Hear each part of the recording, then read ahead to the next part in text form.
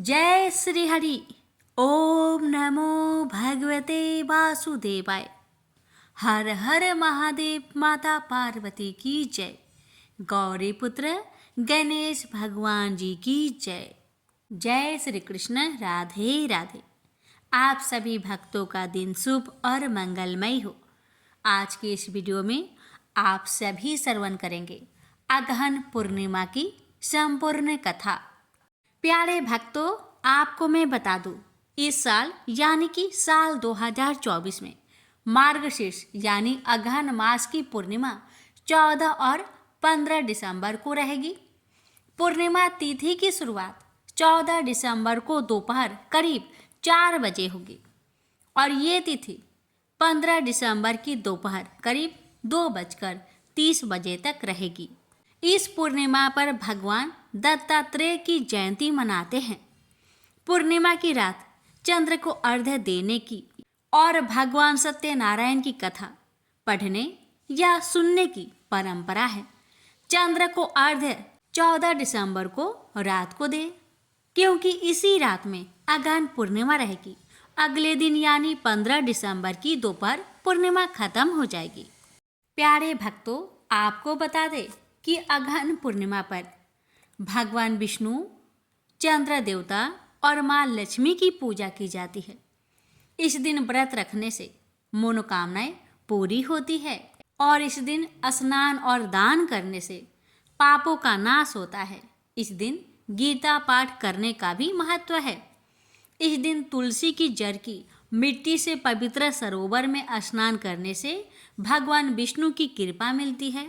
इस दिन दान का फल अन्य पूर्णिमाओं की तुलना में 32 गुना ज्यादा मिलता है, इसलिए इसे 32 पूर्णिमा भी कहा जाता है। इस दिन भगवान दत्तात्रेय की जयंती भी मनाई जाती है। प्यारे भक्तों, आज के दिन आप सभी को इन बातों का ध्यान जरूर रखना चाहिए। जैसे आज अगहन पूर्णिमा के दिन तामसिक भोजन नहीं करना चाहिए, शराब नहीं पीनी चाहिए, क्रोध नहीं करना चाहिए, बाल और नाखून नहीं काटने चाहिए, किसी वृक्ष की कटाई नहीं करनी चाहिए। इन सभी बातों का पालन करें और इसके साथ ही आज के दिन पूर्णिमा व्रत की संपूर्ण कथा को अवश्य सुने। इससे विष्णु भगवान की कृपा अवश्य प्राप्त होगी।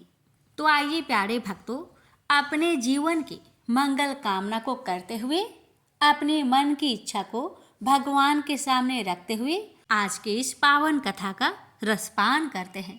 प्रेम से बोलिए जय श्री गणेश। 32 पूर्णमासी की व्रत कथा। प्यारे भक्तों, इस कथा को शुरू करने से पहले आप जानिए इस कथा को सुनने और व्रत करने का फल क्या प्राप्त होता है। मान्यता है कि 32 पूर्णिमासी का व्रत करने से और कथा सुनने से भगवान शिव की विशेष कृपा से सभी मनोकामनाएं पूरी हो जाती है। इस व्रत से जीवन के दुखों का नाश होता है और भगवान विष्णु जी की कृपा से सुख, शांति और समृद्धि आती है। इस व्रत की इस पावन कथा को सुनने और पालन करने से पुण्य की प्राप्ति होती है, साथ ही संकटों से मुक्ति मिलती है। इस व्रत के प्रभाव से स्त्रियों को विधवा होने का भय नहीं रहता। तो आइए प्यारे भक्तों, सुनिए 32 पूर्णमासी की व्रत कथा। द्वापर युग में एक समय की बात है कि यशोदा जी ने कृष्ण से कहा, हे कृष्ण, तुम सारे संसार के उत्पन्न करता, पोषक तथा उसके संहार करता हो। आज कोई ऐसा व्रत मुझसे कहो जिसके करने से मृत्यु लोक में स्त्रियों को विधवा होने का भय ना रहे तथा यह व्रत सभी मनुष्य की मनोकामनाएं पूर्ण करने वाला हो। श्री कृष्ण कहने लगे, हे माता, तुमने अति सुंदर प्रश्न किया है। मैं तुमसे ऐसे ही व्रत को सविस्तार कहता हूँ। सौभाग्य की प्राप्ति के लिए स्त्रियों को 32 पूर्णमासियों का व्रत करना चाहिए। इस व्रत के करने से स्त्रियों को सौभाग्य संपत्ति मिलती है। यह व्रत अचल सौभाग्य देने वाला एवं भगवान शिव के प्रति मनुष्य मात्र की भक्ति को बढ़ाने वाला है। यशोदा जी कहने लगी, हे कृष्ण, सर्वप्रथम इस व्रत को मृत्यु लोक में किसने किया था, इसके विषय में विस्तार पूर्वक मुझसे कहो। श्री कृष्ण जी कहने लगे कि इस भूमंडल पर एक अत्यंत प्रसिद्ध राजा चंद्रहास से पालित अनेक प्रकार के रत्नों से परिपूर्ण कांतिका नाम की एक नगरी थी। वहां पर धनेश्वर नाम का एक ब्राह्मण था और उसकी स्त्री अति सुशीला रूपवती थी। दोनों ही उसी नगरी में बड़े प्रेम के साथ रहते। एक समय एक बड़ा तपस्वी योगी उस नगरी में आया। वह योगी उस ब्राह्मण के घर को छोड़कर अन्य सब घरों से भिक्षा लाकर भोजन किया करता था। रूपवती से वह भिक्षा नहीं लिया करता था। उस योगी ने एक दिन रूपवती से भिक्षा न लेकर किसी अन्य घर से भिक्षा लेकर गंगा किनारे जाकर भिक्षान्न को प्रेम पूर्वक खा रहा था कि धनेश्वर ने योगी का यह सब कार्य किसी प्रकार से देख लिया। अपनी भिक्षा के अनादर से दुखी होकर धनेश्वर योगी से बोला, महात्मन, आप सब घरों से भिक्षा लेते हैं परंतु मेरे घर की भिक्षा कभी भी नहीं लेते, इसका कारण क्या है? योगी ने कहा कि निसंतान के घर की भीख पतितों के अन्न के तुल्य होती है और जो पतितों का अन्न खाता है वो भी पतित हो जाता है। चूंकि तुम निसंतान हो अतः पतित हो जाने के भय से मैं तुम्हारे घर की भिक्षा नहीं लेता हूँ। धनेश्वर यह बात सुनकर अपने मन में बहुत दुखी हुआ और हाथ जोड़कर योगी के पैरों पर गिर पड़ा तथा अंतर्भाव से कहने लगा, हे महाराज, यदि ऐसा है तो आप मुझको पुत्र प्राप्ति का उपाय बतलाइए। आप सर्वज्ञ हैं, मुझ पर अवश्य ही यह कृपा कीजिए। धन की मेरे घर में कोई कमी नहीं परंतु मैं पुत्र न होने के कारण अत्यंत दुखी हूँ। आप मेरे इस दुख का हरण करें, आप सामर्थ्यवान हैं। यह सुनकर योगी कहने लगे, हे ब्राह्मण, तुम चंडी की आराधना करो। घर आकर उसने अपने स्त्री से सब वृत्तांत कहा और स्वयं तप के निमित्त वन में चला गया। वन में जाकर उसने चंडी की उपासना की और उपवास किया।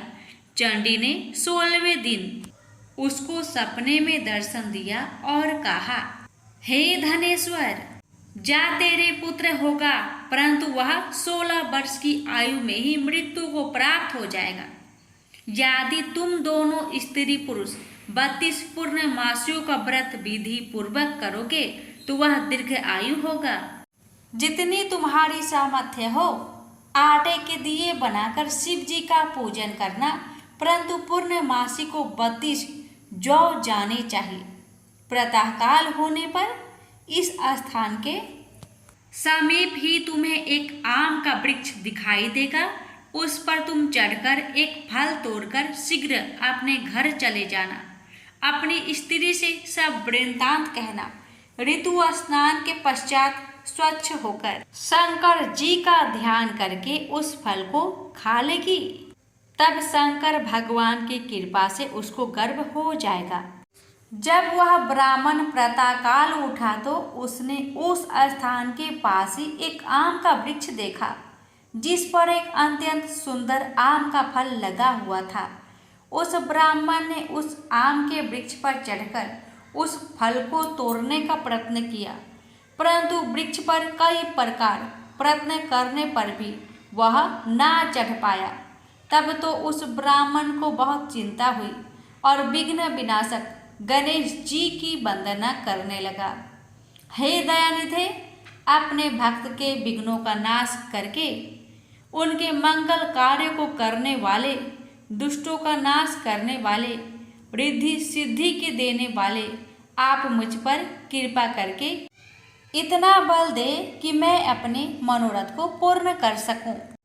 इस प्रकार श्री गणेश जी की प्रार्थना करने पर उनकी कृपा से धनेश्वर वृक्ष पर चढ़ गया और उसने एक अति सुंदर आम का फल देखा। उसने विचार किया कि जो वरदान से फल मिला था वह यह है और कोई फल दिखाई नहीं देता। उस धनेश्वर ब्राह्मण ने जल्दी से उस फल को तोड़कर अपनी स्त्री को लाकर दिया और उसकी स्त्री ने अपने पति के कथन अनुसार उस फल को खा लिया और वह गर्भवती हो गई।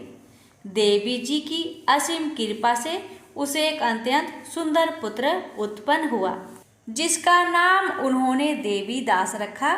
माता पिता के हर्ष और शोक के साथ वह बालक शुक्ल पक्ष के चंद्रमा की भांति अपने पिता के घर में बढ़ने लगा।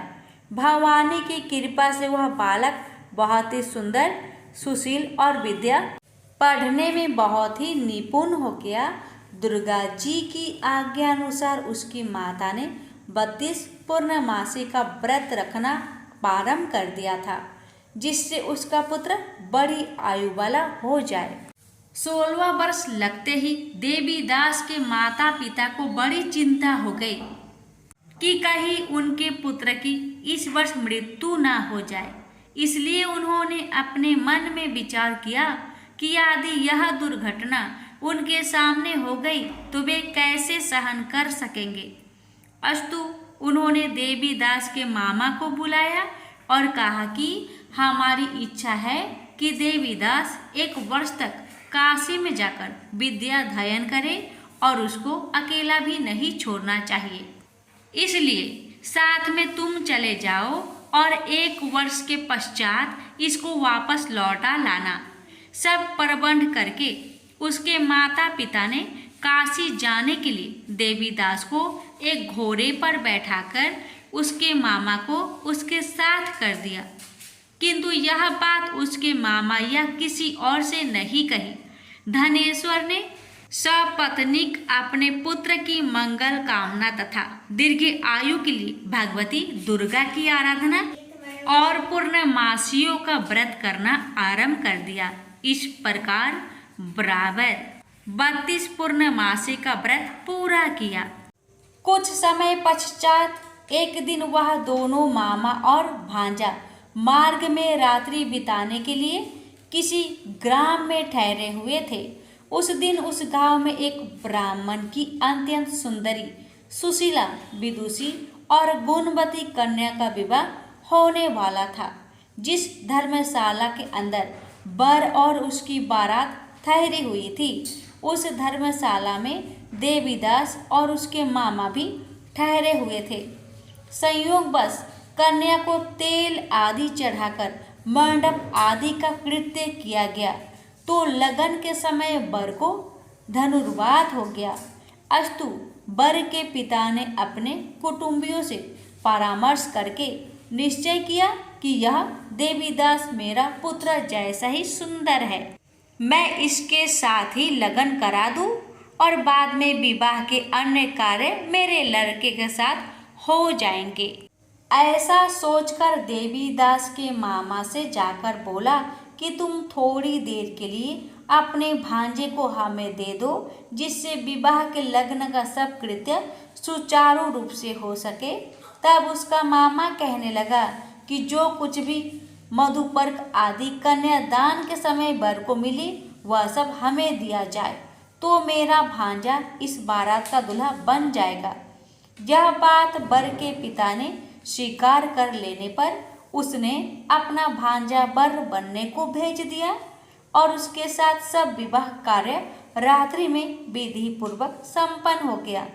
पत्नी के साथ वह भोजन न कर सका और अपने मन में सोचने लगा कि न जाने यह किसी स्त्री होगी।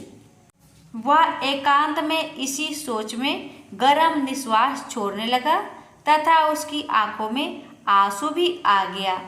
तब वधू ने पूछा कि क्या बात है, आप इतने उदासीन व दुखी क्यों हो रहे हैं। तब उसने सब बातें जो वर के पिता व उसके मामा में हुई थी उसको बतला दी। तब कन्या कहने लगी कि यह ब्रह्म विवाह के विपरीत हो कैसे सकता है। हे देव, ब्राह्मण और अग्नि के सामने मैंने आपको ही अपना पति बनाया है, इसलिए आप ही मेरे पति हैं। मैं आपकी ही पत्नी रहूंगी, किसी अन्य की कदापि नहीं। तब देवीदास ने कहा, ऐसा मत करिए, क्योंकि मेरी आयु बहुत थोड़ी है। मेरे पश्चात आपकी क्या गति होगी, इन बातों को अच्छी तरह विचार लो। परंतु वह दृढ़ विचार वाली थी। बोली कि जो आपकी गति होगी वही मेरी गति होगी। हे स्वामी, आप उठिए और भोजन करिए, आप निश्चय ही भूखे होंगे। इसके बाद देवीदास और उसकी पत्नी दोनों ने भोजन किया तथा शेष रात्रि वे सोते रहे। प्रातःकाल देवीदास ने अपनी पत्नी को 3 नगों से जड़ी हुई एक अंगूठी दी, एक रुमाल दिया और बोला, हे प्रिय, इसे लो और संकेत समझकर स्थिर चित हो जाओ। मेरा मरण और जीवन जानने के लिए एक पुष्प वाटिका बना लो। उसमें सुगंधी वाली एक नौ मल्लिका लगा लो। उसको प्रतिदिन जल से सींचा करो और आनंद के साथ खेलो कूदो तथा उत्सव मनाओ। जिस समय और जिस दिन मेरा प्रांत होगा, ये फूल सूख जाएंगे और जब ये फिर हरे हो जाए तो जान लेना कि मैं जीवित हूँ। यह बात निश्चय करके समझ लेना, इसमें कोई संचय नहीं है। यह समझाकर वह चला गया। प्रातःकाल होते ही वहाँ पर गाजे बाजे बजने लगे और जिस समय विवाह के कार्य समाप्त करने के लिए वर तथा सब बाराती मंडप में आए, तो कन्या ने वर को भली प्रकार से देखकर अपने पिता से कहा, यह मेरा पति नहीं है। मेरा पति वही है जिसके साथ रात्रि में मेरा पानी ग्रहण हुआ था। इसके साथ मेरा विवाह नहीं हुआ है।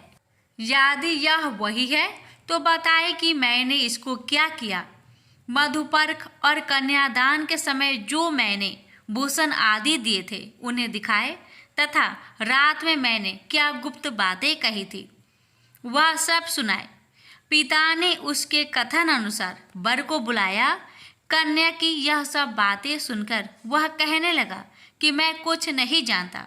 इसके पश्चात लज्जित होकर वह अपना सा मुंह लेकर चला गया और सारी बारात भी अपमानित होकर वहां से लौट गई। भगवान श्री कृष्ण बोले, हे माता, इस प्रकार देवीदास काशी विद्याध्ययन के लिए चला गया। जब कुछ समय बीत गया तो काल से प्रेरित होकर एक सर्प रात्रि के समय उसको डसने के लिए वहां पर आया। उस विषधर के प्रभाव से उसके शयन के स्थान चारों ओर से विष की ज्वाला से बेसैला हो गया, परंतु व्रत राज के प्रभाव से उसको काटने न पाया, क्योंकि पहले ही उसकी माता ने 32 पूर्णिमा का व्रत कर रखा था। इसके बाद वह मध्या के समय स्वयं काल वहां पर आया और उसके शरीर से उसके प्राणों को निकालने का प्रयत्न करने लगा, जिससे वह मूर्छित होकर पृथ्वी पर गिर पड़ा। भगवान की कृपा से उसी समय पार्वती जी के साथ श्री शंकर जी वहां पर आ गए। उसको मूर्छित दशा में देखकर पार्वती जी ने भगवान शंकर से प्रार्थना की कि हे महाराज, इस बालक की माता ने पहले 32 पूर्णिमा का व्रत किया था, जिसके प्रभाव से हे भगवान आप इसको प्राण दान दे। भवानी के कहने पर भक्त वत्सल भगवान श्री शिव जी ने उसको प्राण दान दे दिया। इस व्रत के प्रभाव से काल को भी पीछे हटना पड़ा और देवीदास स्वस्थ होकर बैठ गया। उधर उसकी स्त्री उसके काल की प्रतीक्षा किया करती थी। जब उसने देखा कि उस पुष्प वाटिका में पत्र पुष्प कुछ भी नहीं रहे, तो उसको बड़ा आश्चर्य हुआ और जब वह वैसे ही हरी भरी हो गई तो वह जान गई कि वह जीवित हो गए हैं।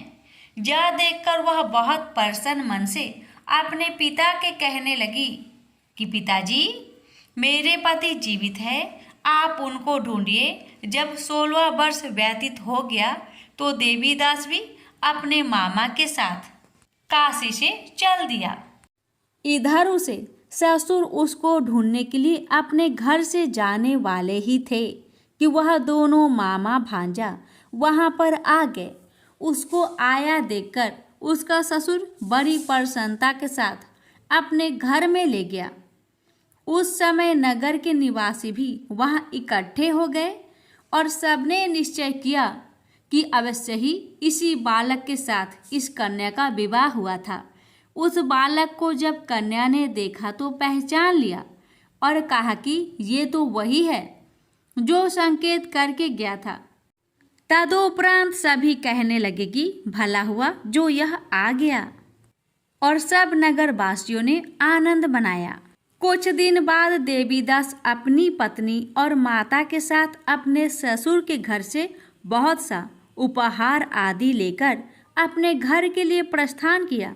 जब वह अपने गांव के निकट आ गया तो कई लोगों ने उसको देखकर उसके माता पिता को पहले ही जाकर खबर दे दी कि तुम्हारा पुत्र देवीदास अपनी पत्नी और मामा के सहित आ रहे हैं। ऐसा समाचार सुनकर पहले तो उन्हें विश्वास ही नहीं हुआ, किंतु जब और लोगों ने भी आकर उनकी बात का समर्थन किया तो उनको बड़ा आश्चर्य हुआ। लेकिन थोड़ी देर में देवीदास ने आकर अपने माता पिता के चरणों में अपना सिर रखकर प्रणाम किया और उसकी पत्नी ने अपने सास ससुर के चरणों को स्पर्श किया तो माता पिता ने अपने पुत्र और पुत्रवधू को अपने हृदय से लगा लिया और दोनों की आंखों में प्रेम अश्रु बह चले। अपने पुत्र और पुत्रवधू के आने की खुशी में धनेश्वर ने बड़ा भारी उत्सव किया और ब्राह्मणों को भी बहुत सी दान दक्षिणा देकर प्रसन्न किया। श्री कृष्ण जी कहने लगे कि इस प्रकार धनेश्वर 32 पूर्णिमाओं की व्रत के प्रभाव से पुत्रवान हो गया। जो भी स्त्रियां इस व्रत को करती है वे जन्म जन्मांतर में वैधव का दुख नहीं भोगती और सदैव सौभाग्यवती रहती है। यह मेरा वचन है, इसमें कोई संदेह नहीं मानना। यह व्रत पुत्र पौत्रों को देने वाला तथा संपूर्ण मनोकामनाओं को पूर्ण करने वाला है। 32 पूर्णिमाओं के व्रत करने से व्रत की सब इच्छाएं भगवान शिव जी की कृपा से पूर्ण हो जाती है। प्रेम से बोलिए हर हर महादेव। अब आइए जानते हैं 32 पूर्णिमा व्रत की पूजन विधि के बारे में। तुलसी माता की कथा। एक बार देवराज इंद्र देवगुरु बृहस्पति के साथ भगवान शिव का दर्शन करने कैलाश गए। महादेव ने दोनों की परीक्षा लेनी चाहिए, इसलिए रूप बदलकर अवधूत बन गए। उनके शरीर पर कोई वस्त्र न था। उनका शरीर जलती हुई अग्नि के समान धधक रहा था और अत्यंत भयंकर नजर आते थे। अवधूत दोनों के रास्ते में खड़े हो गए। इंद्र ने एक विचित्र पुरुष को रास्ते में खड़े देखा तो चौंके। इंद्र को देवराज होने पर गर्व घेरने लगा। उन्होंने उस भयंकर पुरुष से पूछा, तुम कौन हो? भगवान शिव अभी कैलाश पर विराज रहे हैं या कहीं भ्रमण पर है? मैं उनके दर्शन के लिए आया हूँ। इंद्र ने कई प्रश्न किए, लेकिन वह पुरुष योगियों के समान मौन ही रहे। इंद्र को लगा कि एक साधारण प्राणी उनका अपमान कर रहा है। उनके मन में देवराज होने का अहंकार उपजा, जो क्रोध में बदल गया। इंद्र ने कहा, मेरे बराबर अनुरोध करने पर भी तू कुछ नहीं बोलकर मेरा अपमान कर रहा है। मैं तुझे अभी दंड देता हूँ। ऐसा कहकर इंद्र ने वज्र उठा लिया। भगवान शिव ने वज्र को उसी समय स्तंभित यानी जड़ कर दिया। इंद्र की बाह अकड़ गई। भगवान अवधूत क्रोध से लाल हो गए। बृहस्पति उनके चेहरे पर आई क्रोध की ज्वाला को देखकर समझ गए कि ऐसा प्रचंड स्वरूप महादेव के अतिरिक्त किसी का नहीं हो सकता। बृहस्पति शिव स्तुति गाने लगे। उन्होंने इंद्र को भी महादेव के चरणों में लेटा दिया और बोले, प्रभु इंद्र आपके चरणों में पड़े हैं, आपके शरणागत है। आपके ललाट से प्रकट अग्नि इन्हें जलाने को बढ़ रही है। हम शरणागतों की रक्षा करें। बृहस्पति ने विनती की, प्रभु भक्तों पर आपकी सदा कृपा बरसती है। आप भक्त वत्सल और सर्वसम्मत है। आप इस तेज को कहीं और स्थान दे दीजिए ताकि इंद्र के प्राणों की रक्षा हो। भगवान रुद्र ने कहा, बृहस्पति मैं तुम पर बहुत प्रसन्न हूँ। इंद्र को जीवन दान देने के कारण तुम्हारा एक नाम जीव भी होगा। मेरे तीसरे नेत्र से प्रकट इस अग्नि का ताप देवता सहन नहीं कर सकते, इसलिए मैं इसको बहुत दूर छोड़ूंगा। महादेव ने उस तेज को हाथ में धारण कर समुद्र में फेंक दिया। वहां फेंके जाते ही भगवान शिव का वह तेज तत्काल एक बालक के रूप में परिवर्तित हो गया। सिंधु से उद्भव होने के कारण उसका नाम सिंधु पुत्र जलंधर प्रसिद्ध हुआ। जलंधर जिसका नाम शंखचूड़ भी हुआ, शिव के तेज से उत्पन्न हुआ था। इस कारण परम शक्तियों से संपन्न था। वह देवों से भी ज्यादा शक्तिवान था। वह उस तेज से पैदा हुआ था जो इंद्र को समाप्त करने वाला था। इसलिए असुरों ने उसे अपना राजा बनाया। अवधूत रूप में यह लीला करने के बाद महादेव अंतर्ध्यान हो गए। इंद्र के गर्व का भंजन भी हुआ, भगवान के दर्शन भी हो गए।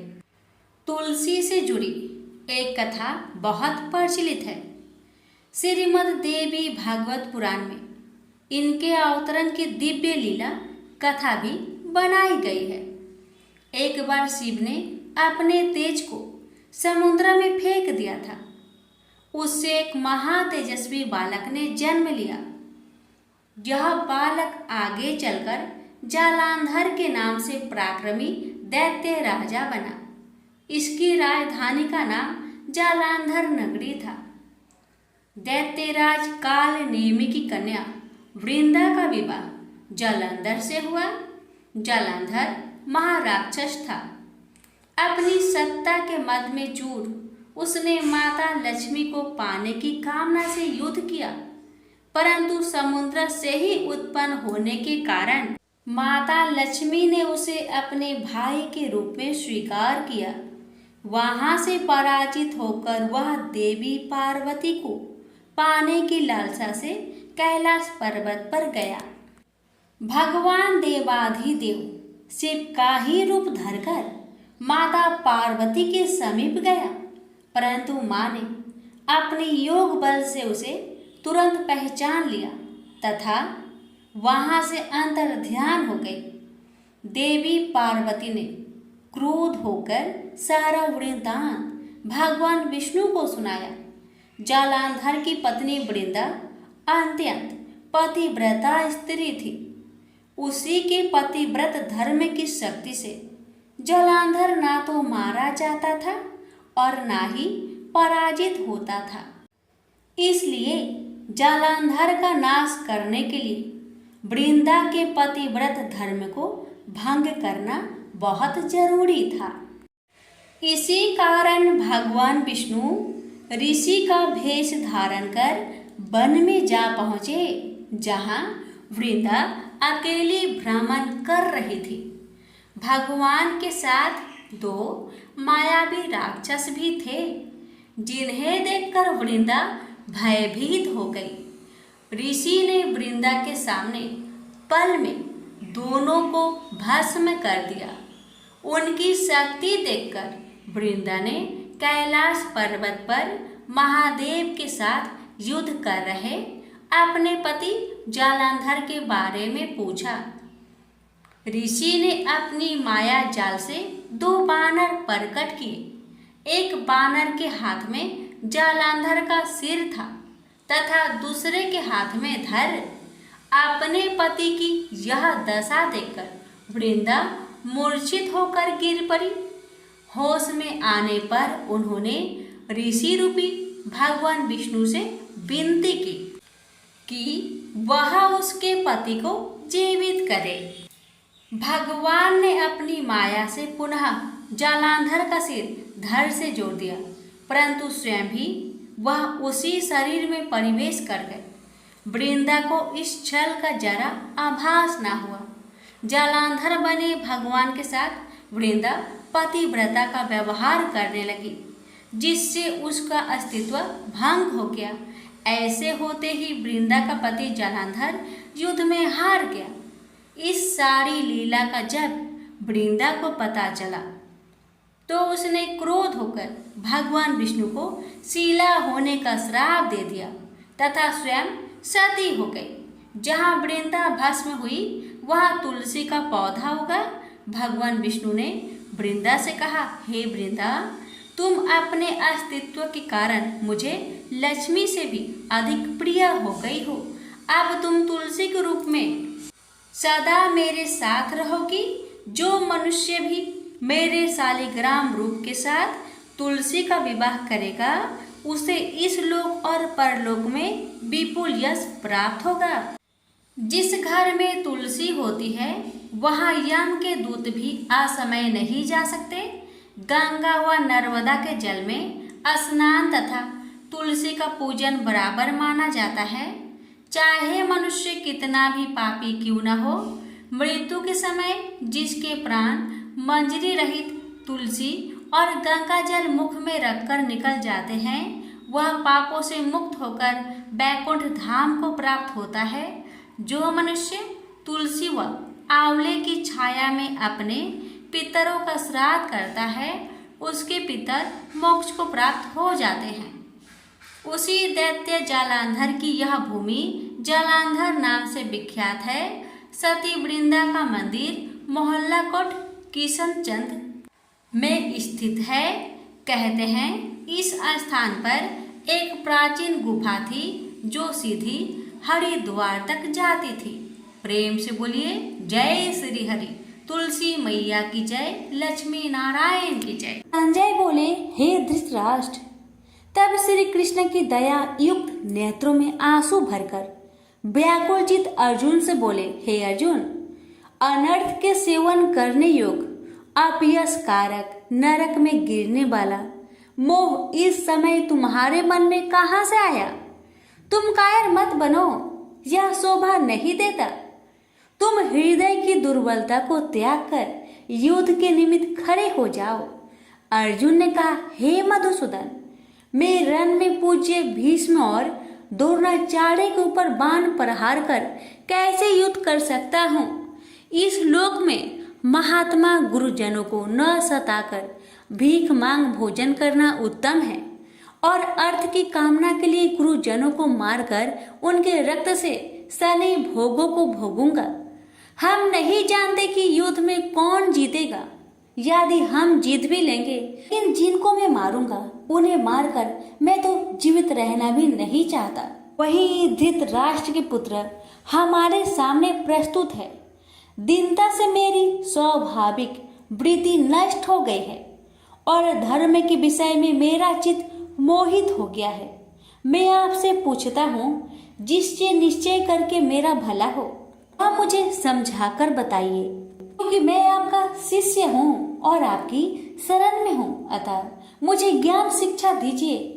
मुझे पृथ्वी का निष्कंटक राज्य मिल जाए और देवता का भी आधिपत्य मिल जाए, तो भी ऐसा कोई उपाय नहीं दिखता कि जो मेरी इंद्रियों को दुखाने वाले शोक को दूर करे। हे गोविंद, मैं युद्ध नहीं करूंगा। यह कहकर अर्जुन चुप हो गए। संजय बोले, हे राजन, दोनों सेनाओं के बीच में खिन्न होकर बैठे अर्जुन से भगवान श्री कृष्ण ने ये वचन कहे, हे अर्जुन, जिसके लिए शोक नहीं करना चाहिए तू उसके लिए शोक करता है और पंडितों के वचन तू कहता है। तो पंडित लोग न मरों का सोच करते हैं और न जीवितों का सोच करते हैं। यह बात असंभव है कि मैं पहले न था, तुम भी न थे और यह राजा भी न थे और इसके बाद भी न रहेंगे। जैसे देहधारियों की इस देह का लड़कपन जवानी, बुढ़ापा, ये अवस्था होती है। जैसे ही मृत्यु के बाद दूसरी देह की भी होती है। इसलिए पंडित लोग मोक्ष को प्राप्त नहीं होते। इंद्रियों का सप्तरादि विषयों से संयोग जारा, गर्मी आदि सुख दुख देने वाला है। आने जाने वाले और नाशवान जानकर इन्हें सहन कर। हे नर श्रेष्ठ, सुख दुख को समान मानने वाले जिन वीर पुरुष को यह ब्रह्म पदार्थ कलेश नहीं देते, वह मोक्ष पाने के अधिकारी है। असत का तो अस्तित्व नहीं है और सम का अभाव नहीं है। इस अविनाशी, अचित्य और नित्य जीवात्मा के ये सब शरीर नाशवन है। अतएव हे भारत, तुम युद्ध करो। जो पुरुष इस आत्मा को मारने वाला तथा जो मरने वाला मानते हैं, वे दोनों ही ज्ञानी नहीं है, क्योंकि यह आत्मा न मारती है न मरती है। आत्मा न कभी जन्मती है न मृत्यु को प्राप्त होती है, न कभी जन्मी थी न कभी मरेगी। यह अजनबी, नित्य, कभी न घटने बढ़ने वाली और सनातन है। नष्ट होने पर भी वह नाश को प्राप्त नहीं होती।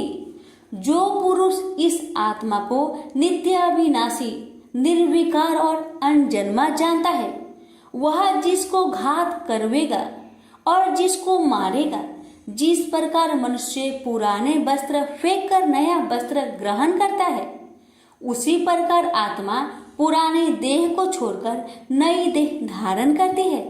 आत्मा को शस्त्र काट नहीं सकते, अग्नि जला नहीं सकती, जल भिगो नहीं सकता, ना भीग या गल सकती है और ना सूख सकती है। यह अविनाशी, सर्वव्यापी, स्थिर, अचल और सनातन है। यह इंद्रियों से जाना नहीं जा सकता। यह कल्पना से भी परे है और इसमें हेर फेर नहीं हो सकता। इसलिए ऐसा जानते हुए तुम्हें शोक करना उचित नहीं है। हे महाबाहो, यदि तुम इस आत्मा को नित्य जन्म लेने वाला मानते हो तो शोक नहीं करना चाहिए, क्योंकि जो जन्मा है उसकी मृत्यु है और जिसकी मृत्यु हुई है उसका जन्म होना निश्चय है। अतः जो बात अनिवार्य है उसके लिए सोच करना व्यर्थ है। जन्म लेने से पहले क्या था किसी को मालूम नहीं। मध्य में कुछ प्रकट होता है, फिर मरने से पीछे क्या होगा कोई नहीं जानता। ऐसी दशा में किसी बात का सोच करना क्या तुमको उचित है? कोई मनुष्य तो इस आत्मा को आश्चर्य से देखता है, आश्चर्यवत मानकर सुनता है, परंतु कोई देख कहे व सुनकर भी भली प्रकार नहीं जानता है सबके शरीर में यह क्या आत्मा नित्य अविनाशी है। कारण सब प्राणियों के लिए तुमको सोच करना उचित नहीं। अपने धर्म को भी सोचकर घबराना उचित नहीं है, क्योंकि क्षत्रियो को धर्म पूर्वक युद्ध से बड़ा और कुछ भला करने वाला नहीं है। हे पार्थ, बिना इच्छा के स्वर्ग का द्वार रूप युद्ध तुमको स्वतः प्राप्त हुआ है। ऐसा सुअवसर भाग्यवान क्षत्रिय को ही मिलता है। यदि तुम अपने धर्म के अनुसार इस संग्राम को न करोगे तो अपना धर्म और बड़ाई खो बैठोगे और पाप को प्राप्त होगे। सब लोग सदा तुम्हारी अपकृति करेंगे और प्रतिष्ठा वाले पुरुषों के लिए अपयश का होना मृत्यु से भी बढ़कर है। ये महारथी लोग समझेंगे कि अर्जुन डरकर संग्राम से हट गया, और अब तक जो लोग तुम्हारे पराक्रम की प्रशंसा करते हैं वही अनेक तरह के दुर्वचन कहेंगे। इससे बढ़कर दुख तुमको क्या हो सकता है? यदि युद्ध में नष्ट हो गए तो स्वर्ग के भागी होगे, जीतने पर पृथ्वी के तल पर राज्य करोगे। इसलिए युद्ध के निमित्त दृढ़ प्रतिज्ञा होकर खड़े हो जाओ। सुख दुख, लाभ हानि, जय पराजय, इन सब को समान समझकर युद्ध के लिए तैयार हो जाओ। ऐसा करने से तुम पाप को प्राप्त नहीं होगे। हे पार्थ, यह ज्ञान उपदेश ज्ञान योग के विषय में तुझसे कहा गया है। अब निष्काम कर्म योग के विषय में सुनो। जिस ज्ञान को पाकर कर्म बंधन से तेरी मुक्ति होगी, कर्मयोग मार्ग में एक बार प्रारंभ किए कर्म का नाश नहीं होता और विघ्न पड़ने पर भी शुभ फल तथा इस कर्म का केवल प्रारंभ ही संसार से छुड़ाकर पूर्व ब्रह्म प्राप्त करता है। निश्चय करने वाली बुद्धि इस निष्काम कर्म में एक ही है और कामना वाले पुरुष की बुद्धि एकाग्र नहीं रहती। हे अर्जुन, अज्ञानी उस पुष्पिता वाणी को ही स्वर्ग सुख से बढ़कर कुछ नहीं समझते।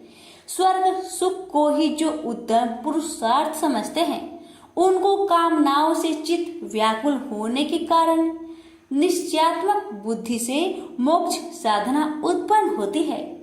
कारण कि उनका चित्त भोग आदि में सदैव निमग्न रहता है। जिन मनुष्यों का चित्त इस प्रकार मोह में लिप्त है और जिसकी आसक्ति भोग विलास और ऐश्वर्य में है, ऐसे पुरुषों के अंत कारण में निश्चयात्मक बुद्धि नहीं होती। हे अर्जुन, वेद त्रिगुणात्मक सकाम है, तुम निष्काम हो जाओ।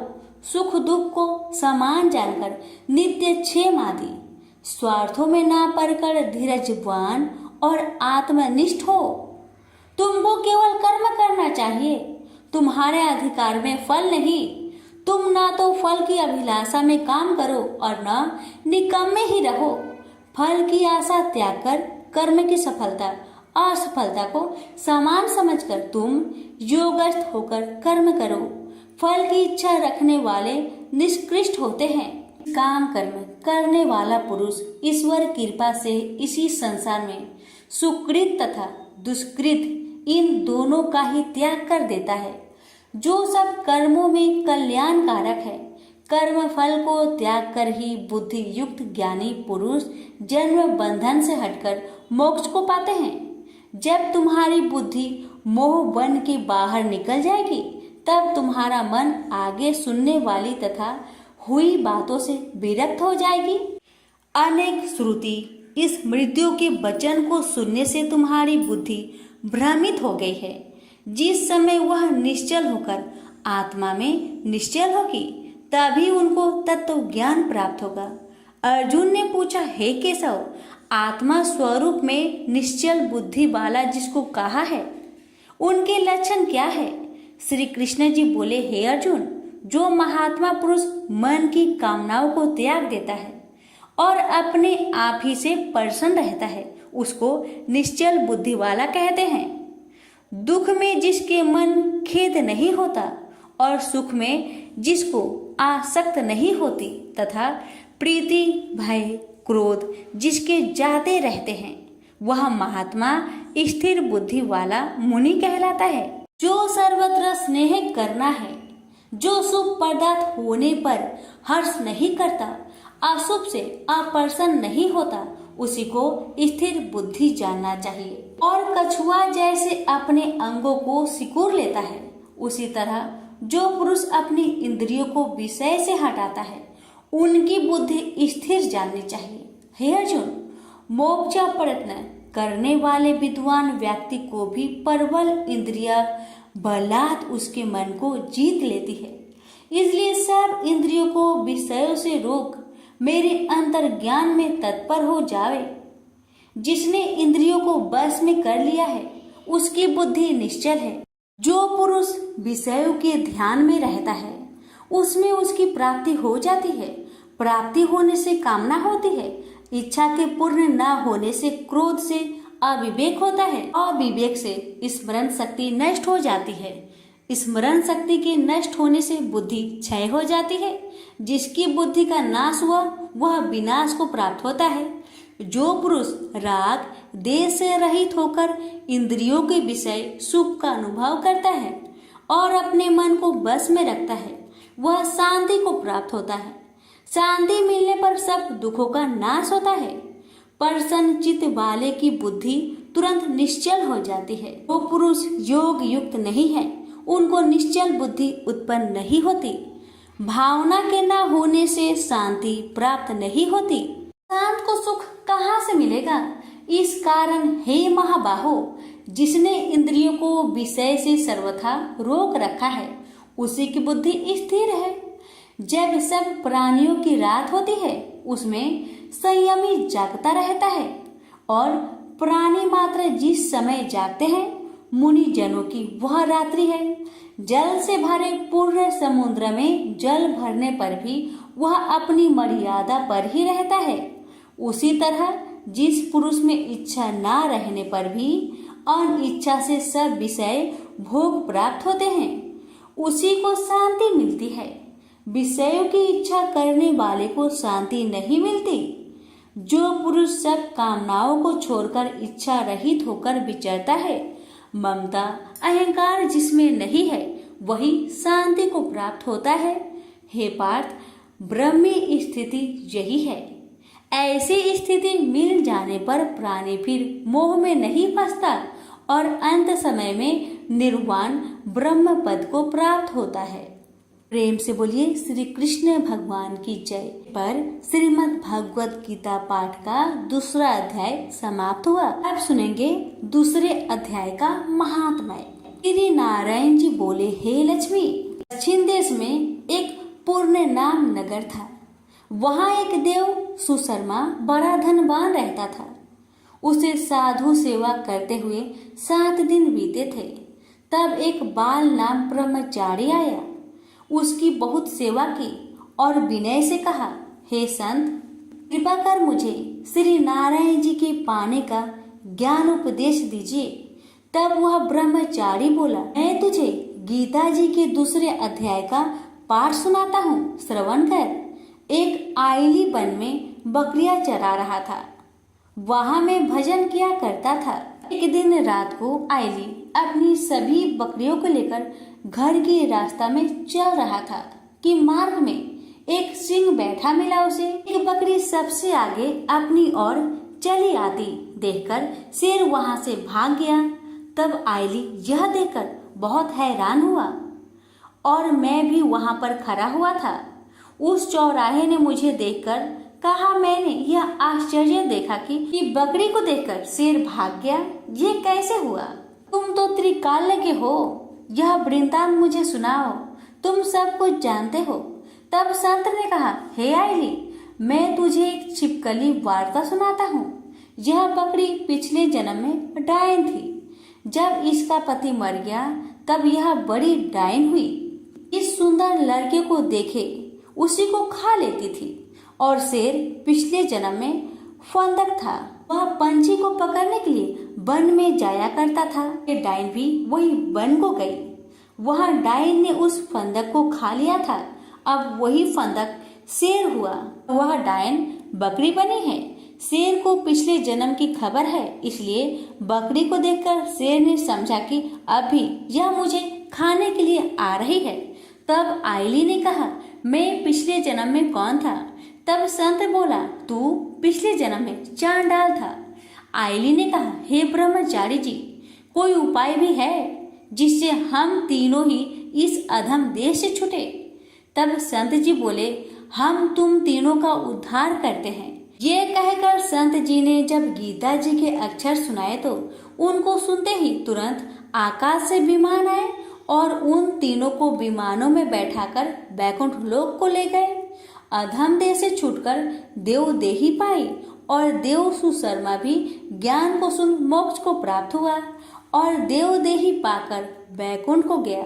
तब श्री नारायण जी ने कहा, हे लक्ष्मी जी, जो मनुष्य श्री नारायण जी के ज्ञान को पढ़े सुने वह अवश्य मुक्ति को प्राप्त होता है। प्रेम से बोलिए लक्ष्मी नारायण की जय। यहीं पर हमारी गीता पाठ का दूसरा अध्याय का महात्म्य समाप्त हुआ। प्यारे भक्तों, आज रविवार का दिन है, इसलिए श्रवण करेंगे रविवार सूर्य भगवान की व्रत कथा। एक ब्राह्मण था।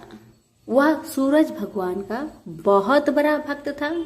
नहाता धोता कहानी कहता था पर कुछ कमाता नहीं था। ब्राह्मण घर में रहता तो ब्राह्मण की पत्नी हमेशा ब्राह्मण को एक ही बात कहती कि कहीं बाहर जाओ, कुछ कमा कर लाओ। ब्राह्मण की बातें सुन ब्राह्मण बहुत परेशान हो जाता था और घर से बाहर कहीं ब्राह्मण जाता तो आस पड़ोस के लोग उसे निकम्मा कहकर अपमानित किया करते थे। सभी लोगों से परेशान होकर ब्राह्मण सूर्य भगवान का पूजन सामग्री लेकर जंगल में चला गया और वह जंगल में एक बहुत बड़ा सूखा पीपल का पेड़ था। उसी पेड़ के नीचे बैठकर सूरज भगवान का पूजन किया करता था और कथा कहता था। उसी पीपल के पेड़ के आसपास एक सूखा सा तालाब था। उसमें थोड़ा सा ही पानी था। उसी पानी से लोटा भरकर वह ब्राह्मण सूर्य नारायण को जल चढ़ाया करता था। पूजा का जल बहकर सूखे पीपल के वृक्ष से होकर सूखे तालाब में जाया करता था। जल के जाते ही सूखे पीपल हरा भरा हो गया और सूखी तालाब साफ पानी से भर गया। तालाब का पानी इतना साफ हो गया कि उसी जल में सूर्य नारायण दिखाई देने लगे और कहने लगे, ब्राह्मण वर मांग, तू क्या मांगना चाहता है? ब्राह्मण ने सुना तो घबरा गया। सोचने लगा कि पीपल में कोई भूत प्रेत तो नहीं रहता। जब भी ब्राह्मण सुबह सूर्य नारायण का पूजा करता तभी आवाज आता। ब्राह्मण इस आवाज को सुनकर बहुत चिंता में पड़ गया और चिंता के कारण उसका शरीर दुबला हो गया। ब्राह्मणी भी कभी कभार अपने पति ब्राह्मण से जंगल में मिलने आया करती थी। ब्राह्मणी ने जब ब्राह्मण को दुबला पतला होते हुए देखा तो उसने पूछा, ब्राह्मण देव, आप दिन ब दिन सूखते क्यों जा रहे हैं? इसका क्या कारण है? तब ब्राह्मण ने सारा कहानी बताया। तब ब्राह्मणी ने कहा कि आपकी पूजा के बाद ही आवाज आती है ना, मुझे तो ये लगता है कि सूरज भगवान स्वयं ही आते हैं। मुझे लगता है सूर्य नारायण आपके व्रत से प्रसन्न है। वह आपको वरदान देने के लिए आते हैं। इसलिए इस बार जब भी आपको आवाज आए तो आप घबराइएगा मत, कुछ भगवान से मांग लीजिएगा। ब्राह्मणी की बातें सुन ब्राह्मण बोला, मैं कैसे मांगू और क्या मांगू? मुझे मांगना तो आता ही नहीं। अगर ज्यादा कुछ मांगना हो तो कहीं कुछ भूल जाओ तो, इसलिए तुम ही कुछ ऐसा उपाय बताओ जिससे मैं एक ही बार में सारा कुछ मांग लूं। ब्राह्मण की बातें सुन ब्राह्मणी ने उत्तर दिया, ब्राह्मण देव, जब भी सूर्य भगवान आपसे वरदान मांगने को कहे तब आप इस प्रकार से कहना, 9 खांडे महल के अंदर सोने के पालने में पर पोते को दास दासियों द्वारा खिलाते अपने आंखों से देखो। इस प्रकार लंबी उम्र, महल, बेटे पोते, पर पोते और धन सब मिल जाएगा। क्योंकि जब धन होगा तभी तो सोने का पालना दास दासियां होंगे और आंखें घुटने ठीक होंगे, और तभी तो पर पोते को सोने के पालने में झूला झूला सकेंगे और देख सकेंगे। दूसरे दिन पूजा के बाद जैसे ही आवाज आया तो ब्राह्मण ने वैसा ही किया जैसे ब्राह्मणी ने समझाया था। ब्राह्मण ने हाथ जोड़कर सूर्य भगवान से प्रार्थना किया, हे सूर्य नारायण, अगर आप मेरे पूजा से प्रसन्न है तो मुझे वर दीजिए कि 9 खांडे महल के अंदर सोने के पालने में पर पोते को दास दासिया द्वारा खिलाते अपनी आंखों से देखो। ब्राह्मण की बातें सुन सूरज भगवान ने कहा, देखने में तो ब्राह्मण सीधा साधा भोला भाला लगता है और एक ही बार में सब मांग लिया। सूरज भगवान ने कहा, जा तेरी इच्छा पूरी हो, जो तुमने मांगा तुम्हें अवश्य मिलेगी। ब्राह्मण जंगल से घर आया तो देखा कि उसकी टूटी हुई झोपड़ी की जगह एक 9 खांडा महल खड़ा है। दास दासी आ और जा रहे थे। ब्राह्मण ने उनसे कहा, यहाँ मेरी झोपड़ी और बूढ़ी ब्राह्मणी रहती थी, वो कहाँ गई, क्या तुम्हें पता है? इतने में ही उस 9 खांडे महल के दरवाजे से एक सुंदर औरत गहनों और सुंदर कपड़ों से सजी हुई बाहर आई और ब्राह्मण से बोली, आ जाइए, अपना ही घर है। ये सब तो सूर्य नारायण का चमत्कार है, उन्होंने आपकी मनोकामना को पूर्ण कर दिया है। ब्राह्मण की बातें सुन ब्राह्मण ने कहा, हम इतने सारे धन का क्या करेंगे? ब्राह्मणी ने कहा, क्या नहीं हो सकता है, धन से क्या नहीं हो सकता है, दान पुण्य यज्ञ होम करेंगे।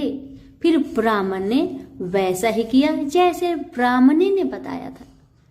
अब सब राजा की जगह ब्राह्मण का गुणगान करने लगे। राजा ने ये सब सुनकर ब्राह्मण को बुलवाया और पूछा, कल तक तो आपको खाना भी नहीं मिलता था, आज ऐसा चमत्कार, इतना सारा धन दौलत आपके पास कहाँ से आया? कहीं चोरी करी है या फिर डाका डाला है? ब्राह्मण ने कहा, ये सब तो सूर्य नारायण की कृपा है, और अपनी सारी कहानी राजा को बता दिया कि जंगल में ब्राह्मण के साथ क्या क्या हुआ और कैसे उसने सूर्य नारायण से वरदान मांगा। ब्राह्मण की बातें सुन राजा ने कहा, मेरे पुत्र नहीं है तो मुझे क्या करना चाहिए? ब्राह्मण ने राजा को सूर्य भगवान की पूजा विधि बताई और कहा, महाराज आप भी सूर्य नारायण का व्रत करें, आपकी सारी मनोकामना सूर्य नारायण जरूर पूरी करेंगे। ब्राह्मण के बताए हुए नियम से राजा ने भी सूर्य नारायण का व्रत किया और सूर्य नारायण के व्रत के प्रभाव से राजा को भी पुत्र का प्राप्ति हुआ। सभी सूर्य नारायण की जय जयकार करने लगे। हे सूर्य भगवान, जैसे ब्राह्मण और राजा की मनोकामना को पूर्ण किया वैसे ही सबकी करना। कहानी कहने वाले की, कहानी सुनने वालों की, हुक्कारे भरने वालों की, सबकी मनोकामना को आप पूर्ण करना। प्रेम से बोलिए सूरज भगवान की जय हो।